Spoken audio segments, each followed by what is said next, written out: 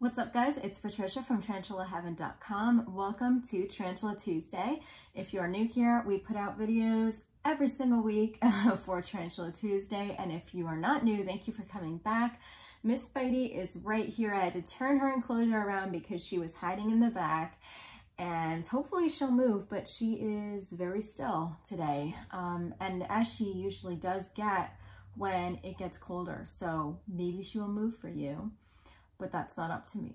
We have a very exciting topic, maybe not to all of you, but to me it is the most exciting topic, and this is about whether or not tarantulas can play. I've made videos about this in the past based on my own observations. You guys know that Spidey does have a few little toys in here that she likes to mess around with. For example, her ping pong ball right here. She has a few figurines and things that she likes to move around.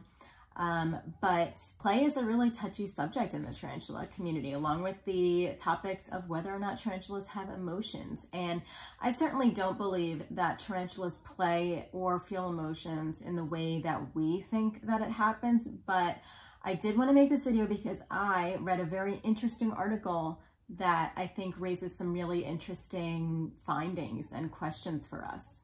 So most of us believe that tarantulas don't have brains, especially not the ones that we have, or the intellectual bandwidth to do things like play or feel emotions or think, or basically anything intellectual. So far we think that these are very, very instinctual, basic creatures. But I did find a study that really did point to animals that we previously didn't think could play, just might have some form of play that they do. So this particular study was done by Russian scientists, and I'm going to leave a link down below for you in case you want to check it out. It's really fascinating. I recommend that. So these Russian scientists had done a study on reptile play in 2015. They observed some geckos inside a spacecraft, which is interesting in itself. And they did seem to find something that pointed to something that looked like play in these reptiles. There's also been studies about octopuses playing. So they're kind of opening up the thinking that like birds, invertebrates, reptiles, fish may actually have some form of play that they do. And they were also saying that this might also apply to things like spiders and wasps. So octopuses have been found fooling around with things like Lego blocks. Komodo dragons have been found playing tug of war with their keepers. There was also a 2015 study that found that in studying tooth marks on fossils, they think that this showed that the bones might have been a toy for tyrannosauruses or dinosaurs 65 million years ago. Now mammals, they might have a different form of play, but we're pretty much more accepting of that than when it comes to things like spiders and invertebrates. However, a behavioral biologist at the University of Tennessee, Knoxville, named Gordon Burgart, I'm going to butcher that name, sorry, found some observational reports of frolicking fish and birds that look like they're having fun. And this is what he had to say about these animals and invertebrates. So he said, people try to find every possible explanation. They thought maybe the animals just tried to knock parasites off their bodies, even though there was no evidence that they were doing that. Or they'd say that the animals were so stupid they didn't know the thing they were playing with wasn't edible, even though you wouldn't say that about a cat playing with a rubber mouse. Another interesting finding about this, particularly about pets that we normally wouldn't think have any intelligence. So this was related to a Nile soft-shell turtle who had spent most of his life alone in an enclosure in a Washington, D.C. zoo. And this turtle began to hurt himself. He was self-mutilating. He was clawing his face and biting himself so much that he would actually get infections.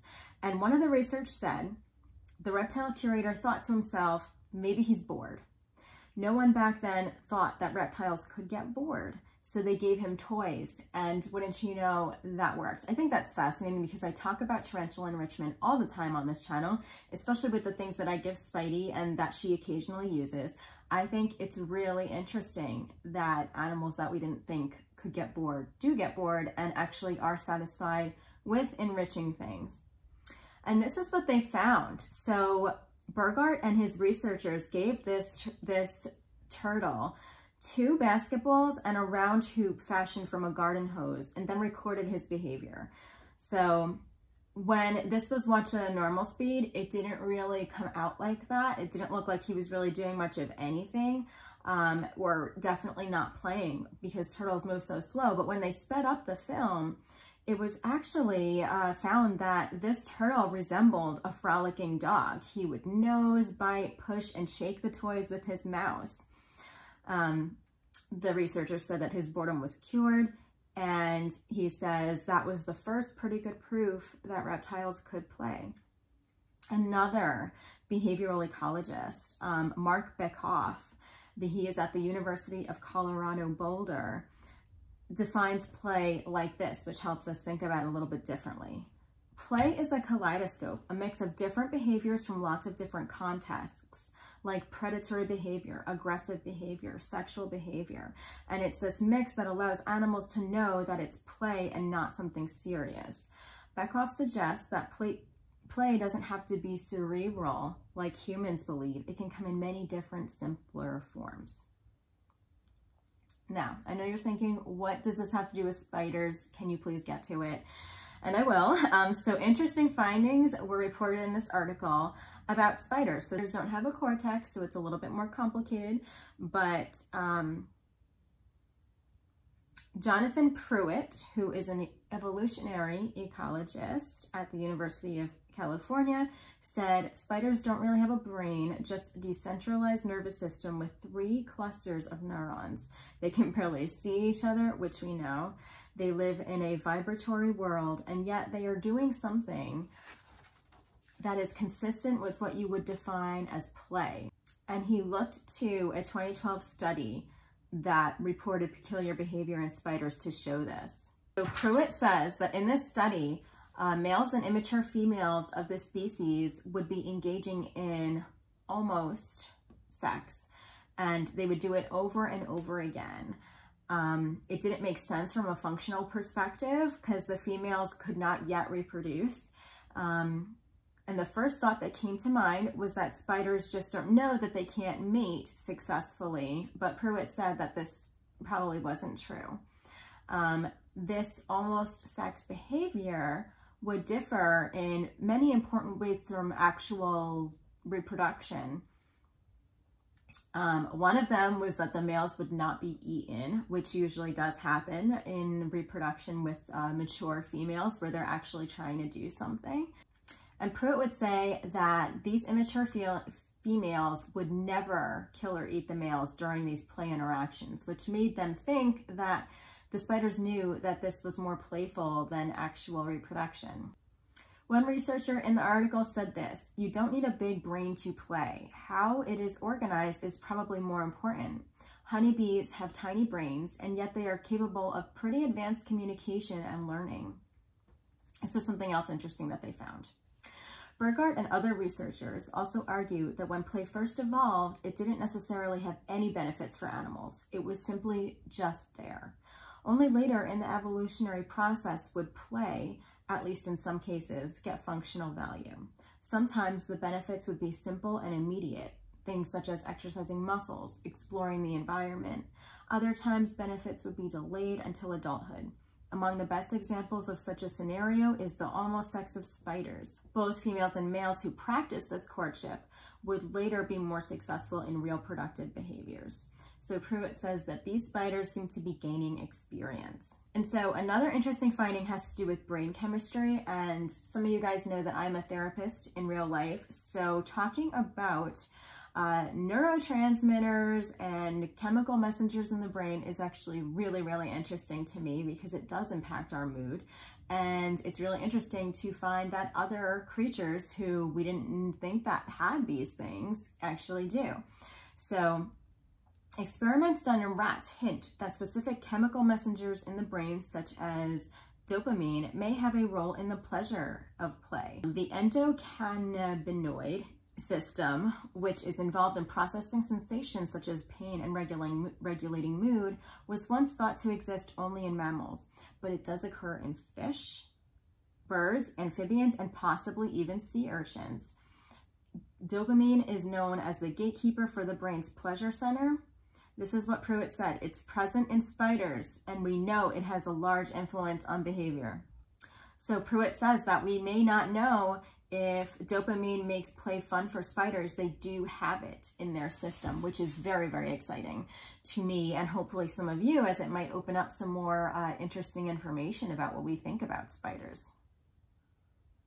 Beckhoff said, one thing we might learn is that play is a very basic behavior and a very needed one in the repertoire of very diverse species. And play may be different from dog play, but it may be important for the ants. I love this quote from another one of the researchers because it shows perhaps why we're so hesitant to think about spiders as having some form of intelligence or other creatures that we deem are so lower than us. I really like this. This is what one of the researchers said. I think we have to get rid of some of our anthropocentrism. The history of science is littered with, gee, we humans are special, and we are not special. We have to realize this. You have to realize this when you see octopuses play. I hope that was interesting for you. I love this article. I'm going to link it below so you can definitely check it out.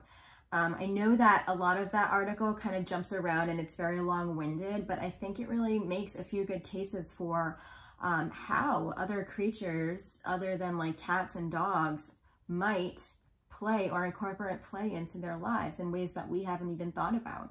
I also really love the part about dopamine, and I think that shows just how little we know. And I certainly think that there is something driving Spidey when she moves around her ping pong ball.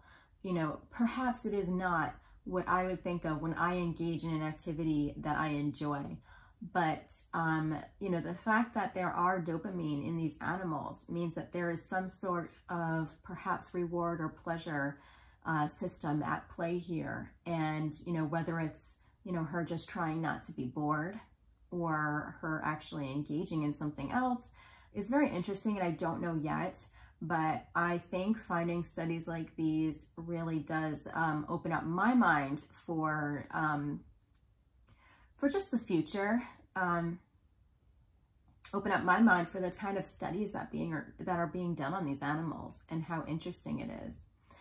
Anyway, I hope you found that interesting. Definitely encourage you to read that study, and I will see you next week for Tarantula Tuesday. Bye, guys.